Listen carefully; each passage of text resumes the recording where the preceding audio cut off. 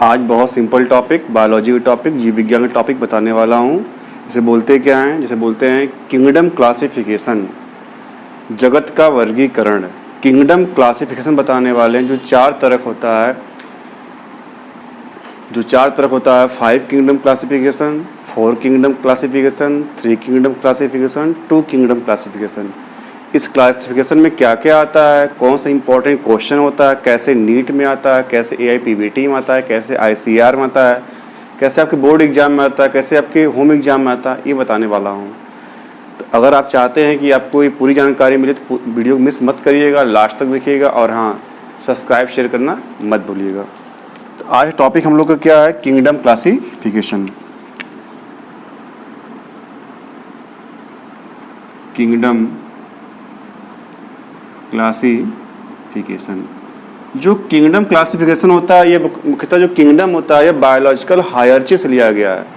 Kingdom, phylum, division, class, order, family, genus, species, ये जो क्रम होता है, जो सीरीज होता है, उसी में किंगडम लिया गया है। और इसी किंगडम के हेल्प से पूरे वर्ल्ड को 5 पार्ट में, पूरे लिविंग्स को 5 पार्ट डिवाइड किया गया है। वो मैं प्रूफ करने वाला हूँ कैसे क्वेश्चन आता है।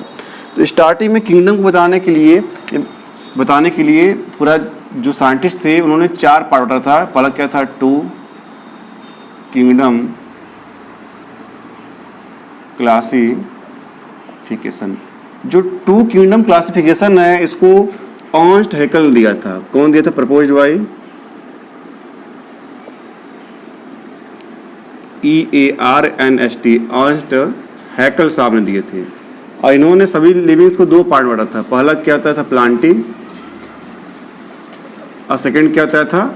एनिमैलिया। प्लांटी मतलब वो होता है जो प्लांट होते हैं, एनिमैलिया मतलब वो होता है जो जंतु होते हैं। तो प्लांटी और एनिमैलिया 2 पार्ट में लिविंग्स को डिवाइड कौन किया था? तो ये आंसर होगा, सॉरी मैं गलत बता दिया यहाँ पर आप लोग को, कि जो 2 किंगडम क्लासिफिकेशन होता है इसको कौन बताया था? कैरोलस लिनियस बताया था। कैरोलस लिनियस ने बताया था, मैं गलती से हो गया। तो कैरोलस लिनियस साहब ने क्या किया था कि पूरे लिविंग्स को 2 पार्ट डिवाइड किया था। वो पार्ट क्या था? प्लांटी और एनिमैलिया। प्लांटी में गुआवा आएगा, मैंगो आएगा, व्हीट आएगा, राइस आएगा, बनाना आएगा, एक्सेट्रा। एनिमैलिया में क्या आएगा? ह्यूमन आएगा, भैंस आएगा, बकरी आएगा, काऊ आएगा, मंकी आएगा, डंकी आएगा, हॉर्स आएगा, एक्सेट्रा। इसके बाद और थोड़ा सा इन्वेंशन हुआ तो फिर क्या आया? 3 किंगडम क्लासिफिकेशन है। कौन किंगडम है भैया? 3 किंगडम क्लासिफिकेशन। 3 किंगडम क्लासिफिकेशन, ये पहला हो गया, ये दूसरा। तो 3 किंगडम क्लासिफिकेशन के खोजकर्ता कौन थे? सिंपल है, इसके खोजकर्ता थे, बता चुका मैं जो हमसे गलती हुआ था, अर्नस्ट हैकेल थे। अर्नस्ट हैकेल साहब थे। अर्नस्ट हैकेल ने क्या किया था? प्लांटी एनिमैलिया के साथ साथ इन्होंने यूनिसेलुलर यूकैरियोट्स को अलग कर दिया था। इनके अकॉर्डिंग 3 किंगडम होता है। तो पहले किंगडम इनके अकॉर्डिंग क्या होता है? प्रोटिस्टा।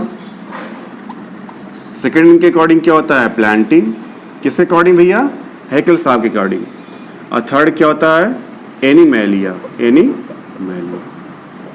तो प्रोटिस्टा में क्या होता है? प्रोटिस्टा में केवल और केवल यूनिसेलुलर यूकैरियोट्स होते हैं। क्या होते हैं भैया? हैं यूनिसेलुलर यूकैरियोट्स होते हैं। ये बात याद कीजिएगा। इसके एग्जाम्पल प्रोटिस्टा क्या होते हैं? तो एग्जाम्पल जैसे हो गया आपका अमीबा हो गया,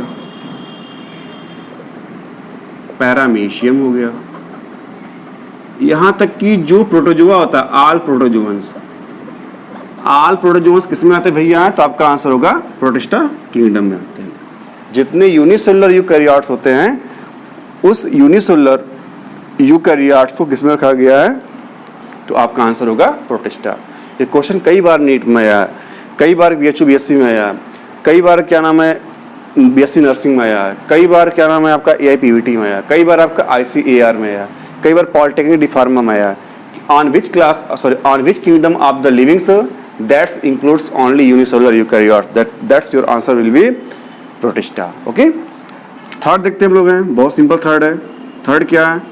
4 किंगडम क्लासिफिकेशन।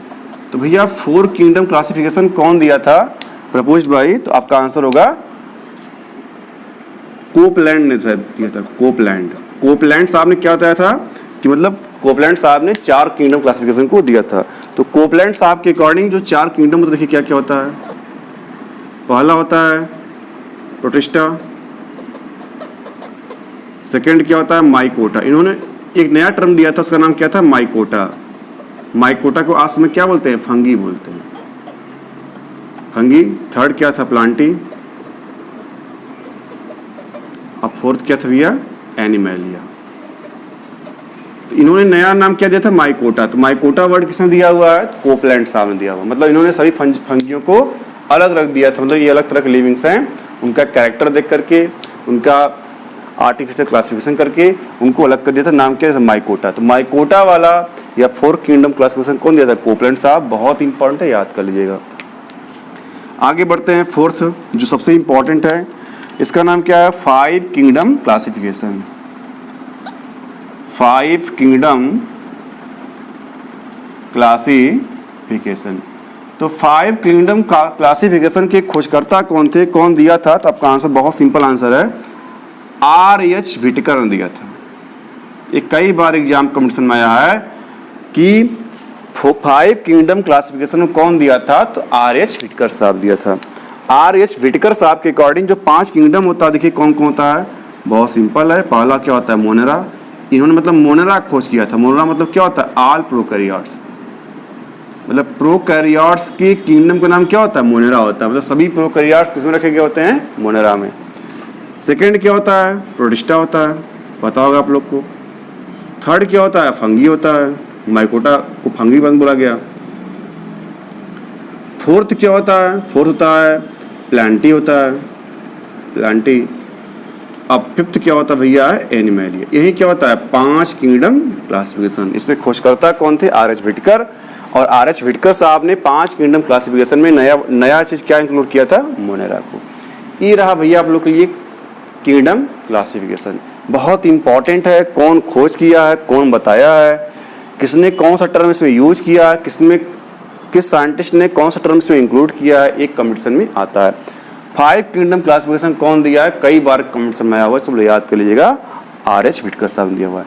और हाँ, नेक्स्ट कुछ समय में आप लोग को Monera, protista, fungi, Plantae, animalia का मैं समरी पूरा वीडियो बनाने वाला हूँ, तो उसका वेट करिए। अगर ये वीडियो पसंद आया हो प्लीज़ लाइक, सब्सक्राइब, शेयर करना ना भूलें।